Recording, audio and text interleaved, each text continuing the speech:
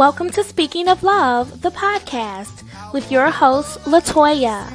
This podcast was created as a platform for spreading love. Hey, podcast family. During this global pandemic, many of us have faced changes that have directly impacted our health and well-being.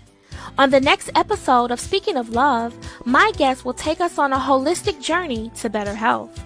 Her name is Elizabeth Gaines. Elizabeth is a functional health practitioner and burnout recovery expert. She specializes in helping people reclaim their energy and mental clarity. Driven by the belief that health is the ultimate form of self-love, Elizabeth herself is a unique demonstration of love. She has dedicated her life to helping others live a more balanced and empowered life.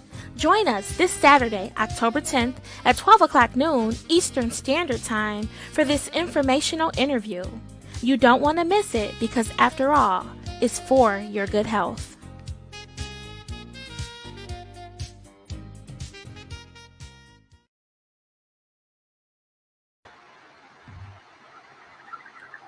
Hello there. Good morning. Good morning. Good morning. Good morning. How are you? We are just hitting 12 o'clock noon, so it's technically afternoon now. Hi, Elizabeth. How are you today? Hi, LaToya. I'm great. How are you? I'm wonderful, and welcome to Speaking of Love. For my audience, this podcast was created as a platform for spreading love. My name is LaToya, and I am the host of this podcast. Speaking of Love was created in honor of my father. My father passed away back in March of 2020. He died by suicide. So as a result of losing him, I decided to create this platform in his honor. My father was a radio TV broadcast engineer for many years. My father had an award-winning radio show called Speaking of Sports. And so I have adopted his philosophy, Speaking of, but my show is called Speaking of Love as opposed to Speaking of Sports. So today we have a phenomenal young woman here. She has dedicated her life to helping others achieve health and well-being. And her name is Elizabeth Gaines. Welcome to Speaking of Love, Elizabeth. I'm so happy to have you here. It's so nice to be here, LaToya. I'm so inspired by your mission and the experiences that you've had that brought you here. So I just want to say thanks so much for having me. I'm very honored to be a part of it. Thank you so much, Elizabeth. Now, you are a burnout recovery expert, and you also are a functional health practitioner. Can you describe to me exactly what a burnout recovery expert is? Sure. So many of us, when we're going about our daily lives, we get in the swing of things where we're busy from the time that we wake up to the time that we go to bed. And so our cortisol levels, which is our primary stress hormone, it's the thing that keeps us awake and alert, they just continue to go up and up and up and up throughout the decades. Eventually, we're going to challenge our inner resiliency, what I like to call our vital reserve. And it won't be able to help bring us back into balance. And so we'll wind up feeling like more and more tired, less alert, having trouble focusing. Maybe we start getting headaches all the time. We have pain in our joints. And maybe we just think of that as like getting older. But that's actually burnout. That's actually your body saying, I need a break. I need to recharge. I need to rest. And I think for so many of us, that shows up as, I think I hate my life. But what it actually is your body saying, I just need a little extra love and attention. And so it's my passion in life to take people who are kind of at that corner of, am I sick or do I just hate my life? And take them on a journey of health that gets them back into the vibrancy and brilliance and energy that is our birthright. So how did your career begin in all of this? So I had my own really horrific episode of burnout where I was working with victims of domestic minor sex trafficking. And when I did that for about a decade, and I didn't have good boundaries. So, I was on the phone with them till 3 o'clock in the morning. I was like running out to meet them. I was, offering my own home for emergencies and things like that. And I realized through this experience that victims of domestic minor sex trafficking had something in common with me, and that was the inability to generate our own self-love. And so I went to look for my job. Like, I needed to do the most noble job. I needed to do like something that clearly made me able to look in the mirror in the morning and say, I'm a worthy person. I'm doing good in the world, because I couldn't generate that from inside. And that made me susceptible to unhealthy relationships, sometimes emotionally abusive relationships, just like the women and girls that I was working with. So as this went on, as it turns out, you cannot work hard enough to replace your own self-love. You just can't do it. So you wind up working yourself into the ground. You wind up not having good boundaries. And I think this shows up for a lot of us in the workplace, where we are people pleasing. We want that affirmation from the boss. We want that acknowledgement that we're doing a good job. And so we'll work after hours. We'll read those emails till 2 o'clock in the morning. We'll be always on call because we want that, like, atta girl, from the boss and from the workplace. So I really had to learn how to generate my own self-love. And in doing so, it was a long, hard process. I got to the end of it and I still felt like crap, honestly, because I had real physical deficits that came from overextending myself for so long. And those were not being addressed. You can't mindset your way out of actual physical deficit. And so after I did all the mindset work and was in a place where I could love myself and protect myself, I still had to then go out and find a way to address those physical deficits. So that's how I found the world of functional health, where, you go to the doctor and he's testing to see if you've actually crossed over into disease. And I haven't. And most of you guys haven't. It doesn't mean that the things that we're feeling in our bodies aren't real. So the functional world has a series of tests which allow you to see how much stress your body is under, trying to keep you from crossing over into disease. And that's burnout. That's the measure of burnout there. So once you have that information, then I knew how to direct my own healing. And now I am certified to be able to do that for others. So can you describe an example of a time when you were able to help someone achieve self-love by effectuating a plan to help them resolve the issue or health concern that they were going through?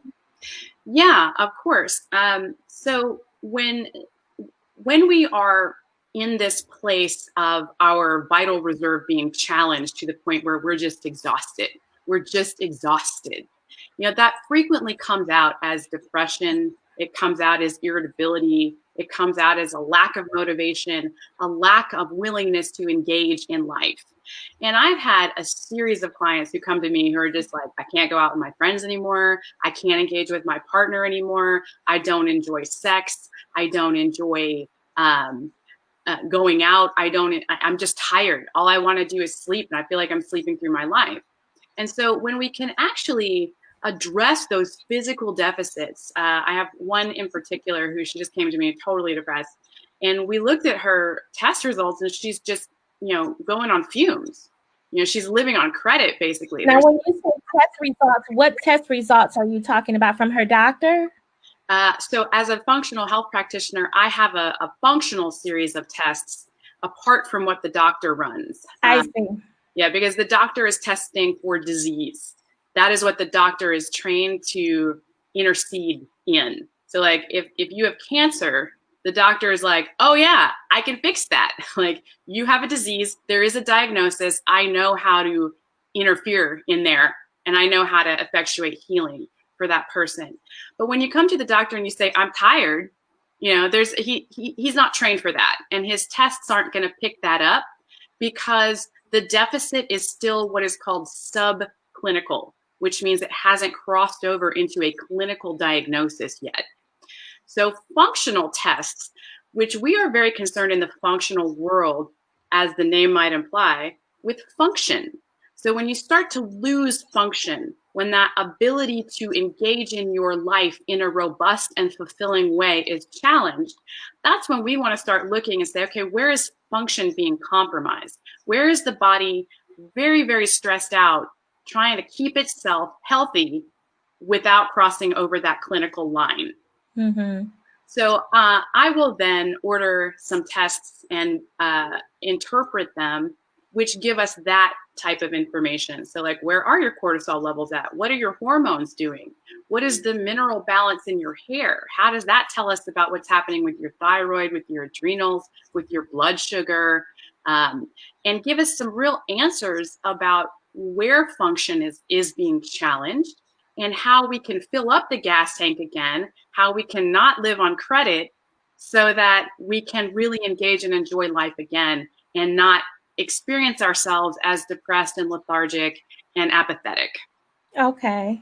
So what do you love the most about your profession and why? So what I love the most about being a functional health practitioner is the ability to engage deeply with my clients. So I am concerned about your health. I'm concerned about everything else too, because your health is how you live your life. Your health is how you enjoy every day. Your health is how you experience the people around you. Your health is how you experience your connection to the divine. Your health is how you experience your love for your own self and how you then become a vessel for carrying out your own purpose in the world. And Mm-hmm. so I'm very passionate about helping people identify where they're lacking just the gas, where they're living on credit, and helping them build that savings account back up so that they can carry out their purpose in the world. Yes, and speaking of purpose in the world, you are definitely walking in your gift, honoring your passion, living your purpose. And I consider a person who's on the pathway like you are to be successful. I know there are several different definitions for success. Everyone defines success differently. I consider you to be a complete success. I've done my homework and my research on you, and I've looked at your website and your videos. You are a phenomenal woman, and I admire what you're doing because you're helping other people live longer lives in essence. Do you understand what I'm saying? You're helping us live a longer life by letting us know that, number one, in order to be anything in life, you have to first love yourself, because if you're not well, what good are you going to be for anyone else? So how do you define success? So I define success. It's a good question. How do I define success? I define success as constantly being in communication with my purpose, constantly refining. Yeah, I like that. Constantly being in communication with my purpose. I like that. I like that. Yeah. And then so within that dialogue that I'm having with my purpose, I can constantly refine it and then course correct what I'm doing to be in better alignment with what that purpose is as it reveals itself. Mm-hmm. Constantly being in communication with your purpose. Or did you say in alignment with your purpose? Well, first of all, you got to be in communication with it, right? To know whether or not you're in alignment. So it's a process. Yes. Yeah. So what is the greatest lesson that you have learned being a burnout recovery expert, a health practitioner? What has been the biggest lesson that you have taken away from all of this? So this is a big question, and I want to kind of break this down because this is the real essence of the message that I want to get across here today, is that we live in a world that constantly tells us that our body and our minds and our emotions are separate from each other. And in fact, our body is a machine, and a simple machine at that. And so I kind of want to break down this myth of the body as a simple machine, because this is the journey that I've had to go through. And I want to kind of just like crystallize it for the audience. So with our simple machines, there's no mystery about them. We know exactly how they work. When they break, we expect them to work constantly, 24/7 with no breaks. When they break down, it's a nuisance and a hassle. And the last thing is that with the simple machine, we are not expected to have a relationship with it. We are not in dialogue with our computers. We are not asking our cars What do you need? And so when we think of our bodies in that context as a simple machine, we think that we're supposed to work all the time without a break. We think that when we have symptoms, like when we have a headache, when we have a headache every day, when we get a sugar craving, when our joints start to hurt, when our energy flags, that this is just an inconvenience. But it isn't, right? Our bodies are not simple machines. They are one of the most complex machines out there. In fact, there's a lot of things that we still don't understand about how the body works. It's kind of magical. It is an absolute miracle. It holds structural function, like the way that your hinge joint works, along with very complex chemical processes, along with very complex organic processes. It's constantly making and reusing things. It's always balancing a metabolic process between two extremes in response to complicated external factors. It is amazing what your body is capable of, and we still don't understand everything about it, right? So the message I want to get across here is that your best friend, your staunchest ally in life is this body right here. It punches the clock for you 24/7, 365, every minute of every hour of every day of every year of your life. No one else is going to do that for you. No one, not even the people who love you most in the world. Okay, so this is your best friend. And I think a lot of us have broken trust with our bodies because we've seen them fail us and we have failed them. And now it's like living with an enemy. And so we are now disconnected from the beauty of this relationship when it is in alignment. Because how else am I supposed to feel the beauty of connecting with you, Latoya, or of having a conversation with my father, or of a great date, or having sex, or the mystery of the universe as it is channeled through me if I'm living with an enemy, right? Like this is how I experience the world and everything in it. And these are the hands I have to bring forth my gifts and my purpose, right? So this is my very, very best friend. It's not a simple machine. And when it is giving out symptoms like this constant headache or the sugar cravings or the tiredness, it's not something that it should be thought of as an inconvenience or medicated away. It is like the referee throwing a flag on the play saying attention needs to be paid here. I am in need. Pay attention to my need so I can continue to facilitate the things that you want to do.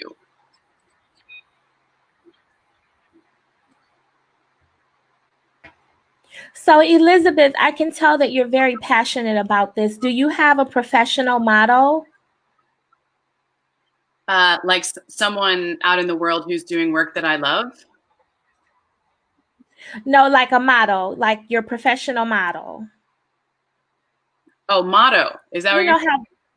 The MOTTO motto, like your motto, like words to live by. Sorry. Words to live by. Sorry, I thought you were saying model. Words to live by. I mean, there's so many, right? But I think life happens in the present. It's not happening in the past. It's not happening in the future. It's happening right here. And to be able to experience life in the present, we have to be able to be present in our body. That's cool. That's the real thing. And so by developing this relationship with your body, you're actually able to experience your life. And that's what I want for everybody, because all of you deserve that. Yes. Elizabeth, when you wake up in the morning, is there something that you do daily to get yourself off on the right path to have a great day? Yeah, so I carve out an hour of personal time in the morning, just every morning. And sometimes that looks like reading one of these awesome books. Sometimes that looks like sitting outside and drinking my coffee. Sometimes it's taking this little guy out for a walk. Sometimes it's like listening to Madonna and dancing around, in my pajamas. So whatever it is, I try to really tune in and say, what is it that you need, body? Do you need sunlight? Do you need stretching? Do you need exercise? Do you need wild abandon? Do you need some quiet focus? Is there like some places of sticky distrust that I'm feeling? Is there a need that isn't being met. So I really try to tune in and listen with that hour and use it to provide the resources to keep this relationship on good footing. So every day it could be something different for you. Yes. Yeah, I can understand that because I'm like that too. Like some days I wake up and I'm in the mood to listen to music. Some mornings I wake up and I'm just in the mood to maybe listen to a podcast. Yeah. And then some mornings I wake up and I just want silence. Yes. So every day is different. So yeah, I can understand that. Yeah. Definitely. Yeah. So Elizabeth, this show is all about love. And I have to ask you as a guest on my show, the $1 million question here is, how do you define love? That is such a brilliant question. I define love as radical acceptance. I like that. Radical acceptance. So, like, if I expect you to be a certain way, Latoya, and then you show up and you are different, I'm going to be in resistance to that. So I will be in resistance to who you are. We can't ever have love. But if I have no expectations, if I am committed to accept however you show up, then whatever way you want to be today, if you're tired, if you're sad, if you're really energetic, I'll be able to hold space for all of that. And we'll be able to have a genuine connection. So, Elizabeth, what do you believe is the first step to achieving self-love? Because we go through a lot in our lives, and sometimes we can be our own worst enemy. We're hard on ourselves. What advice would you give to someone who is in a dark place and is looking for ways to love themselves more?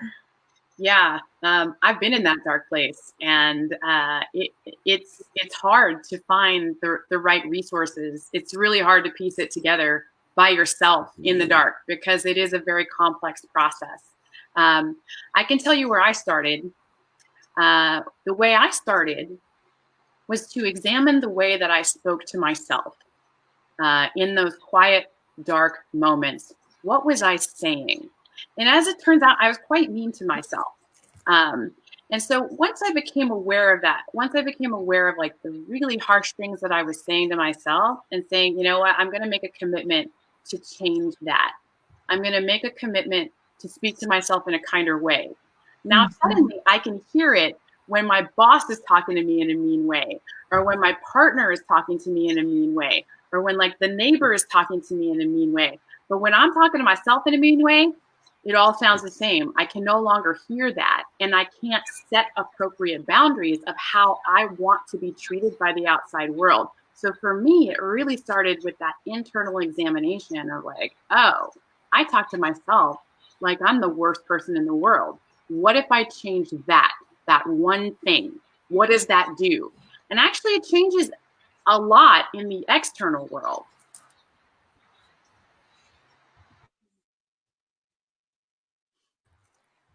Elizabeth, I am wondering, I have to ask the question, where did all of this come from? You have developed this love and this gift for helping others live their best life, so to speak. Where did all of this come from, and how long have you been doing this? Well, I think it started with looking at sort of the massive amount of suffering that there is in the world. And that was my own suffering too, right? Like here I live in a wealthy country. I, have had jobs that pay me enough. But yet I'm still suffering. Why? Why? What is it? And why are we all why do I look around and see people complaining about their lives and people saying like, I'm depressed and I don't feel good. And I think like there's something wrong with me. And I think that I'm broken. And I think that maybe like deep down, I'm not fixable. And I think I lived with that for a long time, this idea that I wasn't fixable. And I saw that in so many people around me, and we can't talk about it, right? Because I can't, walk around the world and say, hello, I'm Elizabeth and I'm not fixable. That's not going to be an acceptable way to be. And so it becomes this sort of shameful secret that we keep in the dark about ourselves of I'm broken and there is no fixing me. Mm-hmm. And I think a lot of us walk around with that kind of mark of Cain on our soul and inside of us, and really believe that to be true. And so I think for my own self, was interested in experimenting whether or not I could shift that in myself, whether or not I wanted to challenge that notion of I'm broken and I'm not fixable. Mm-hmm. As I began to challenge that in myself, I saw my external world change to meet that reflection of me. And Wow. then I realized, like, oh, I can do this for other people. And I think that some of it is mental, a lot of it is physical. A lot of it is physical because we're eating food that has no nutrition. We are like high on sugar. We're not getting what our body really needs. And as it breaks down and is begging for help and attention, the way that comes out is making you feel like you're broken and you're not fixable. So I got really passionate after like seeing people struggle with mindset work, go to therapists for years and not make much progress. I got really passionate about saying, is this physical? Is the origin of this actually physical? And like, where is the cross? Like, where do those two things connect? Mm-hmm. And I influence one by tweaking the other. And I think there's a lot of resources out there for mindset, and I think that they're wonderful and they're fantastic. And I used them when I was in a really dark place. But for me, the real gold is in restoring that physical capacity that then opens up the ability to shift mindset so much faster.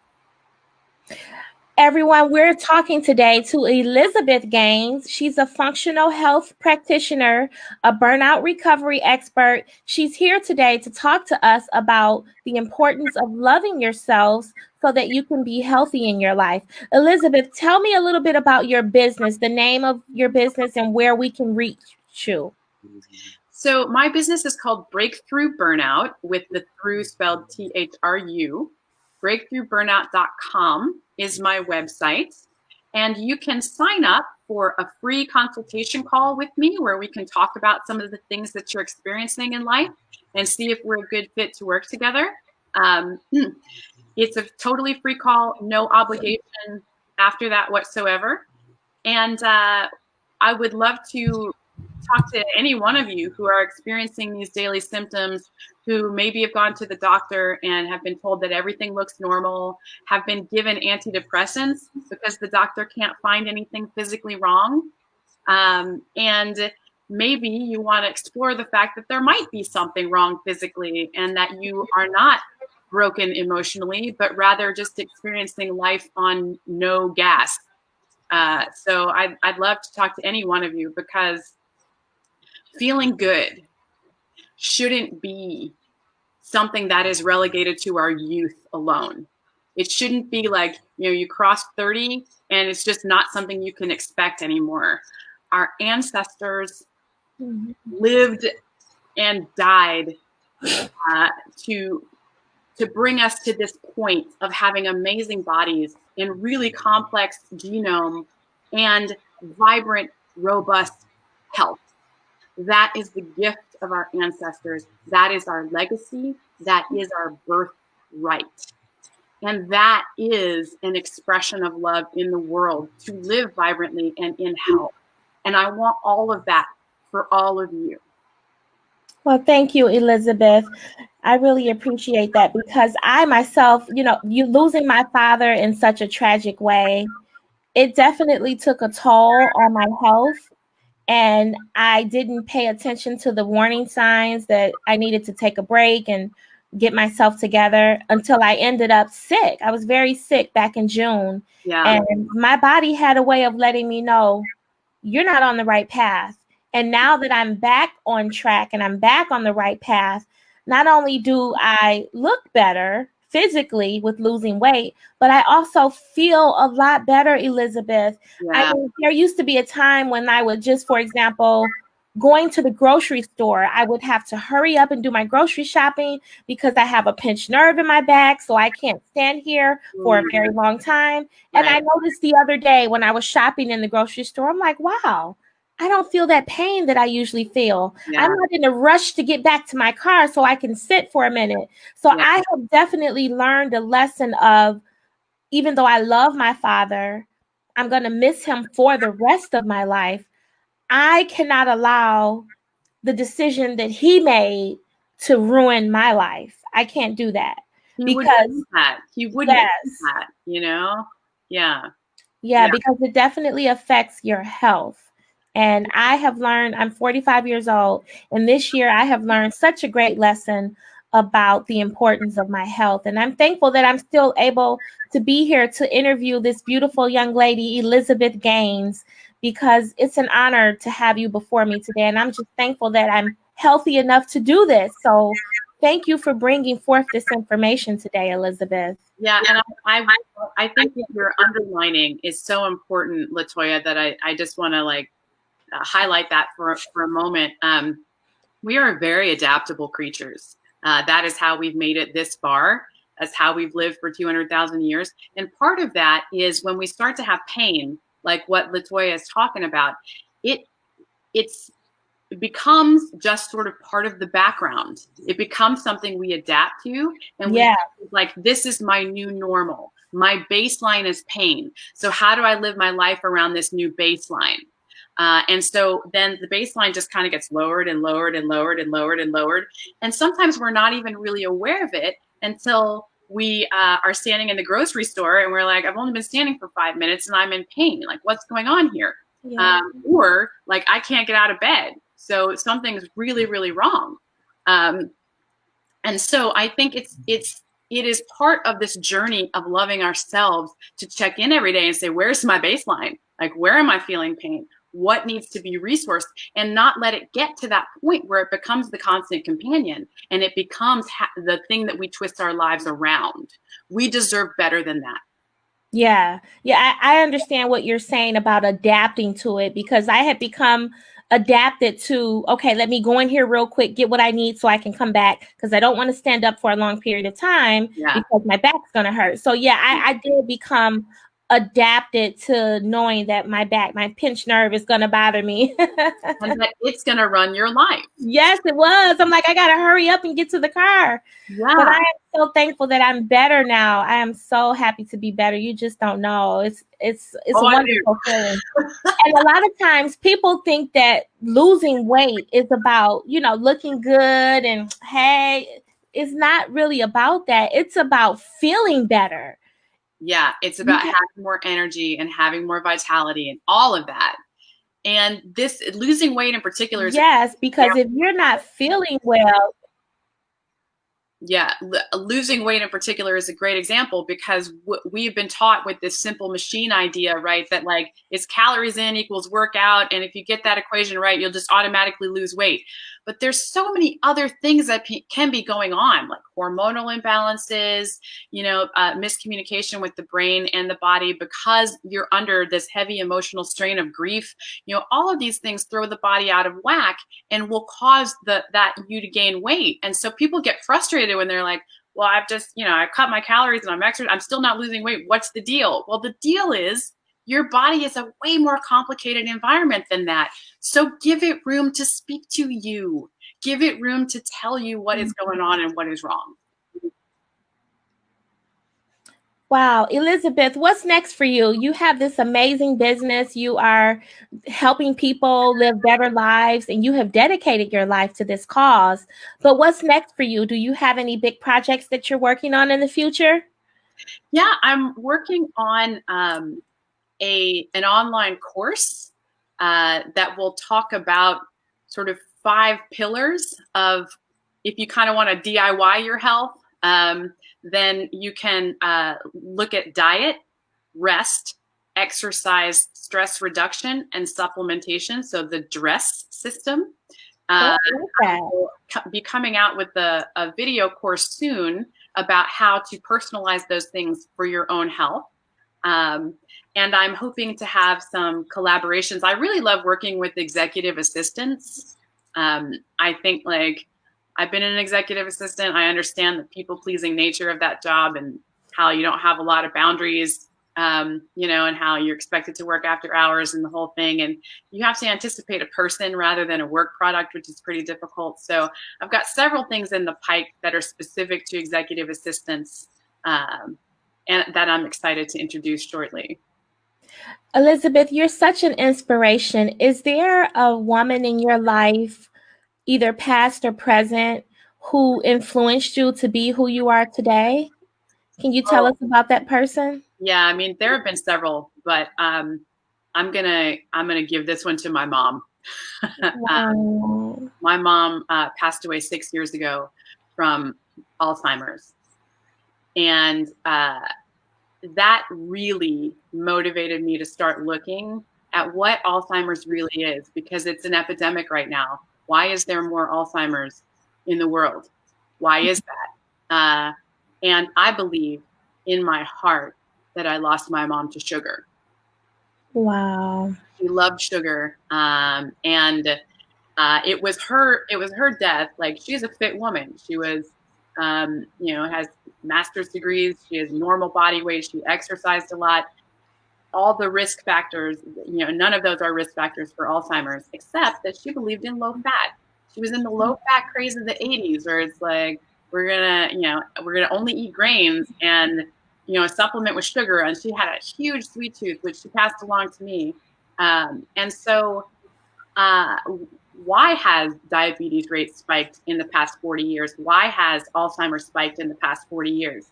Well, I think you look at this low fat trend where it's like, take away the thing that we ate for millennia, take away the red meat, take away the fat, take away the bone marrow, replace it with grains and sugar.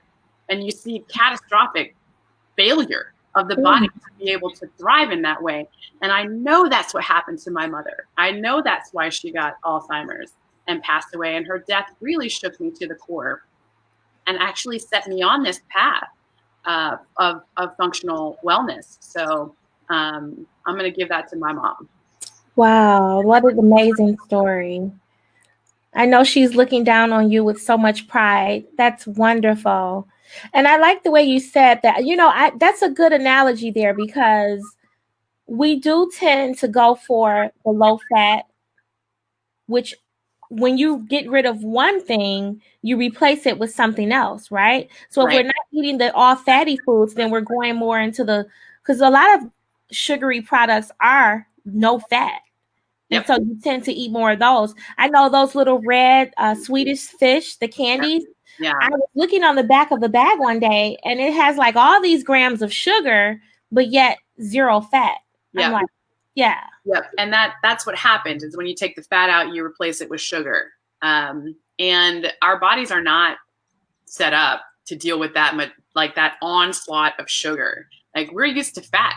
We're used to fat and cholesterol and getting calories in that way, not all the carbohydrates, not all the sugar. Like, back in the day, to get sugar, you're going to have to like stick your hand in a beehive. How often are you going to do that? Mm-hmm. Exactly. Mm-hmm. So that's that's true. Yeah, that's how often we ate sugar. That, and in the summer when the fruit was ripe. But other than that, sugar was not a part of our lives. And now that it is, the body is struggling to keep up. And this is why we see so much diabetes and so much Alzheimer's and so many lifestyle related diseases that come from trying to take out the fat and replace it with sugar. Now, Elizabeth, do you have a go-to snack? I mean, when you're having a day where you need something sweet to eat, what's your go-to? I really like sweet plantains, actually. So I keep a lot of them around, and when I want a sweet snack, I will saute them in straight up butter, and I will eat that. My husband likes plantains. So do you have like a favorite cookie?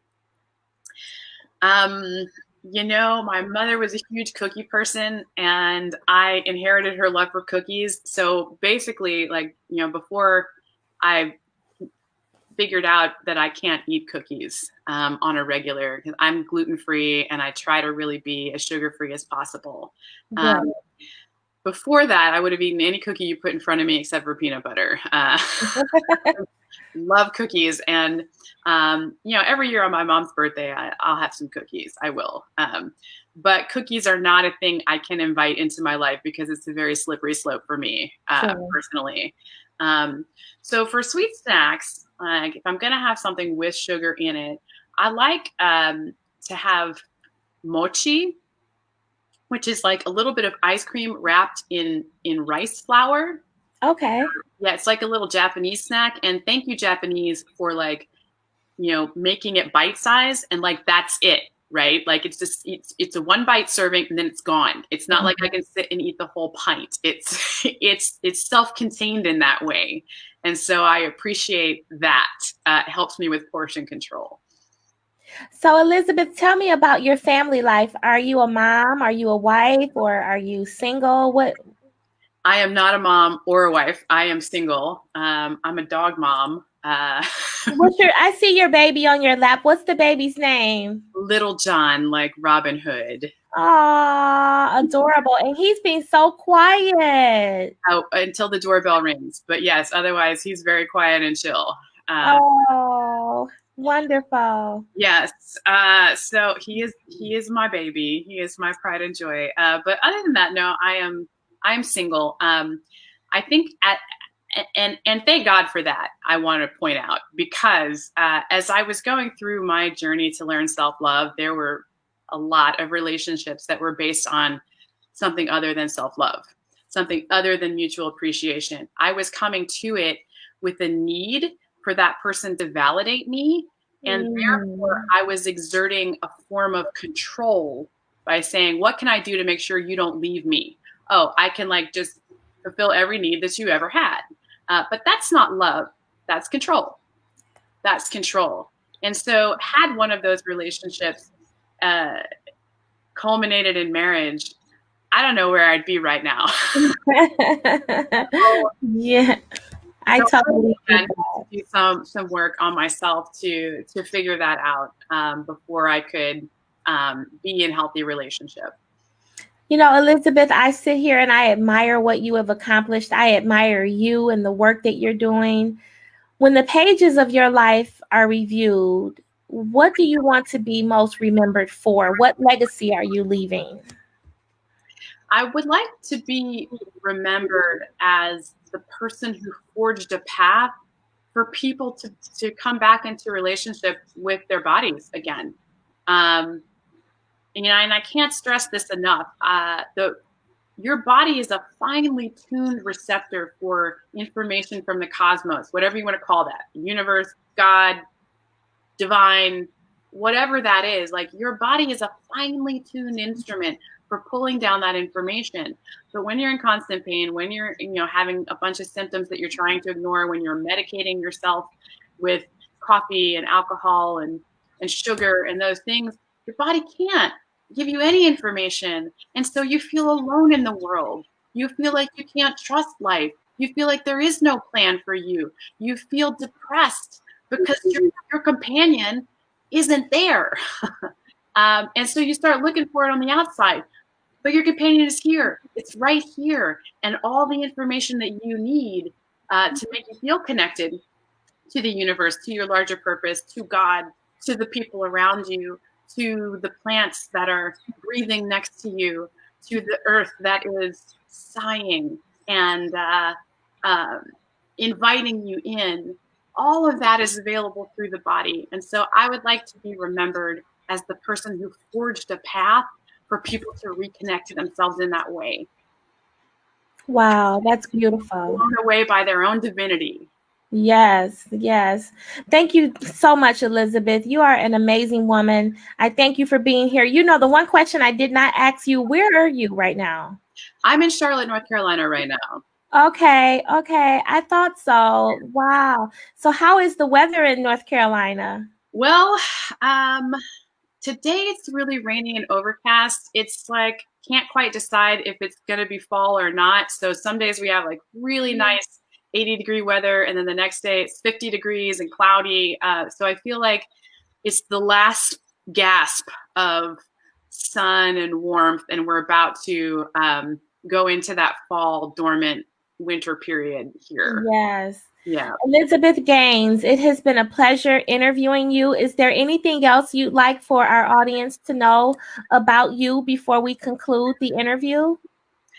I just want to thank you so much for the opportunity to be here and to connect with you and with your audience. As I tune in and as I'm listening to my body while we're doing this, I am receiving like so much warmth and so much love. And I just want to be a reflection of that back out to your audience and to you. And really thank you for the opportunity to be in relationship with you in this way. Thank you, Elizabeth. I have my cousin, her name is Tay. She lives in California and she's been watching and she's left a comment and it says, "I love you, Elizabeth. You are on purpose." Oh, thank you, Tay. Thank you so much. She says, "Thank you. Thank you." Yes, yes. I am so excited about this. Energy, that is our birthright. I love it. It is. Yes. It is your birthright. Settle for nothing less. Mm-hmm. Yeah. Nothing less. And I believe that you're a woman who doesn't believe in settling for less than you deserve in life. And that's why you are where you are today and you have achieved the levels of success that you have. And I'm just so happy that you were here today. Well, thank you so much for having me, Latoya. You're such a beautiful person. Thank you so much. And can you give us your website and however you want us to reach you again? Sure, you can. Your contact information. Yeah, you can reach out to me through the website. Go to breakthroughburnout.com, which is spelled Prthru. I'm a little dyslexic, so I'm going to type it in the comments here. It's breakthrough. Yep, breakthrough spelled Thru burnout.com. Okay. And you can send me an email through the website, or you can schedule a free call with me through the website. So no obligation. Just want to sit down and have a chat about what's going on in your body and in your life. I'm totally open to that.